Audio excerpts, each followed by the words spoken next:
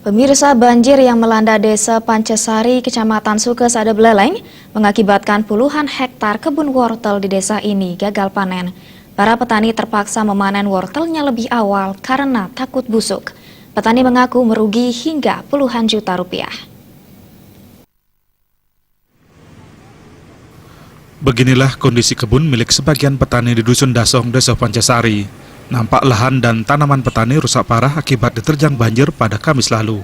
Hampir di seluruh dusun di Desa Pancasari, kebun sayur mayurnya terendam banjir. Areal perkebunan hanya menyisakan batang tanaman atau puing penutup atap dari plastik. Dusun Bulian merupakan yang terparah. Kebun warga tertutup lumpur dan batu kerikil. Bahkan dalam satu petak kebun tidak tampak tanaman karena dihanyutkan banjir. Tanaman sayur atau wortel yang juga siap panen tertutup lumpur. Petani berusaha memanen sisa tanaman yang masih bisa dipanen. Bahkan ada petani yang terpaksa memanen tanamannya meski umur tanaman belum waktunya dipanen. Ini dilakukan untuk menghindari kerugian yang lebih besar. Wayan Suparto saat ditemui wartawan mengatakan akibat banjir tanaman yang siap panen rusak berat. Dirinya sendiri tidak menyangka jika luapan air dari hutan merendam areal kebunnya.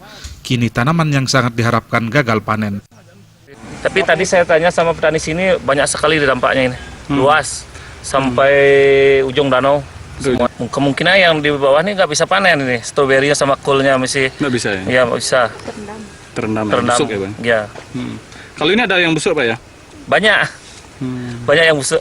Kalau kerugian sendiri berapa, Pak, kira-kira? Kurang tahu deh kerugiannya nih ya. Pokoknya banyak ada kerugiannya. Sampai puluhan juta, Pak? Sampai.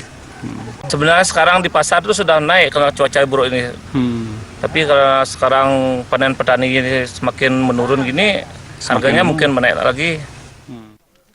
Suparto menambahkan tanaman wortel sejatinya akan dipanen 2 minggu ke depan, namun terpaksa dipanen lebih awal. Upaya ini ditempuh karena dirinya khawatir dengan cuaca yang tidak bersahabat akan kembali memicu banjir. Komang Yuda, Bali TV.